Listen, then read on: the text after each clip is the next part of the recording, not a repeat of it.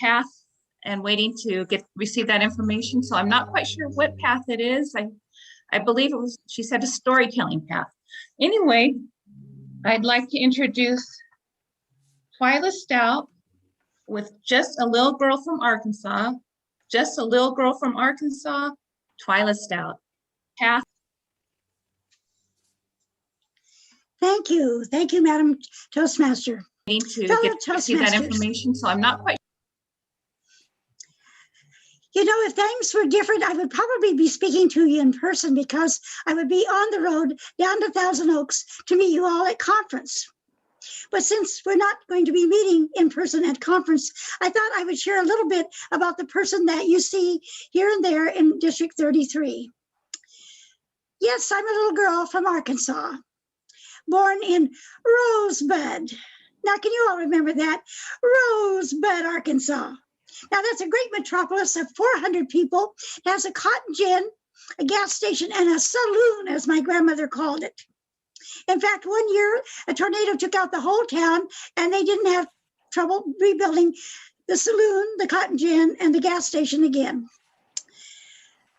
My father had a cotton farm, and the war came, the big war, World War II, and my father decided to go to California and help win the war. So he loaded my mother, my brother, and I up in our little Plymouth car, and we headed out across the country to go to the shipyards and help build ships. We didn't make it there. We made it to Atwater, California, where my father raised turkeys. And then from there, he became a federal poultry inspector, which meant that he moved me 13 times in the first 8 grades. Now you say, why am I telling you all this? It explains to you why I am the way I am, not shy. Because in 13 schools, I had to rush into that room and go, here I am, be friends with me real quick, because I might leave tomorrow. So some children become very shy. I became a total extrovert. 13 schools in the first 8 grades. Then I married young. Yes, I married at 16 to my 19-year-old husband. And then I broke the rules again because in Merced, you either dated the town boys or you dated Castle Air Force boys. You did not date both. But I married the town boy who was stationed at Castle Air Force Base. So I managed to break the rules again. His career was short-lived. We spent our 4 years at Castle, and then I became the boss's wife at age 19. We had a lot of damn work.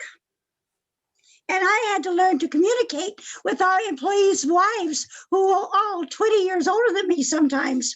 Learn to communicate with a whole different generation because I was the boss's wife. I didn't want them patting me on the head and telling me what I should tell my husband what to do. I had to learn to be the boss's wife. We owned a construction company, and we built dams in New Mexico, Texas, Utah, California, Arizona. We were all over the western United States doing dam work. Well, my husband had a very serious accident while working on the Don Pedro Dam north of Merced. His tractor rolled down the mountain, and he was in it. And when that tractor stopped, it was no higher than your kitchen table, and he was still inside that tractor. It bashed him on his forehead, which changed his personality, and the man I married was no longer there. We divorced. So here I am, a young 30-year-old who's now a student going back to college. Had the college life. I had my 2 teenagers, plus a foster daughter, and 2 jobs. I carried a 22-unit a semester load and worked 2 jobs and kept those 3 teenagers out of trouble. That was slightly insane, but I managed to do it, got out of school, went to work at the library, the Merced County Library. Now that is my passion, libraries and books.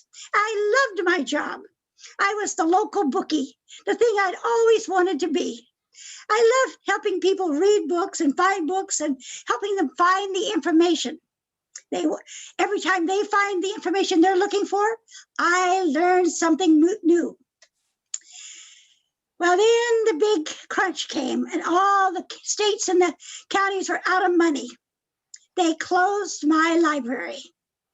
I was out of a job. That's when I went to work for the title companies in real estate. That was great for a while. Marketing, I loved that too. They didn't hire me for my English degree or my German minor. They hired me because I could communicate. Does anyone else have to communicate on their jobs? That's what these people hired me for, was to communicate. Well, I communicated all over the county until the real estate business went into the toilet. Oh, out of a job again. So I retired, young retirement. But then they called me back. I still substituted the libraries. In fact, I worked at the law library for 5 months when COVID hit the county library system and the gal had to leave. So my job was to go unlock the door, go in, lock the door behind me, and keep the chair warm all day and answer the phone. And they paid me to do that. Is that not crazy? And then I have another little business because I can communicate with animals. Yes, I can communicate with animals. I just finished this afternoon babysitting 2 black labs and 4 cats. I took care of them for the last 3 days. And folks got home and they could not figure out why that young puppy was minding me when they had not been able to get her to do anything. But I can talk to animals. So now you know I not only talk to people, but I talk to animals. Now you ask, how did I get into Toastmasters? It was that boss at Chicago Title. He said, Twila, you should join Toastmasters. I said, too busy, too busy, too busy. Twila, you should join Toastmasters. Oh, too busy, too busy. Finally, I realized he was not suggesting to me, he was telling me to join Toastmasters. So I did. Why did he want me to join Toastmasters? My boss wanted me to learn to shut up. That's why Toastmasters is still trying to teach me to shut up when my 5 minutes, 7 minutes are up. So I'm going to go get into my magical bed. Do you all have a magical bed? You get into the bed and you pull the covers up and suddenly you remember everything you forgot to do all day. So I'm going to go get in my magical bed as soon as this meeting is over.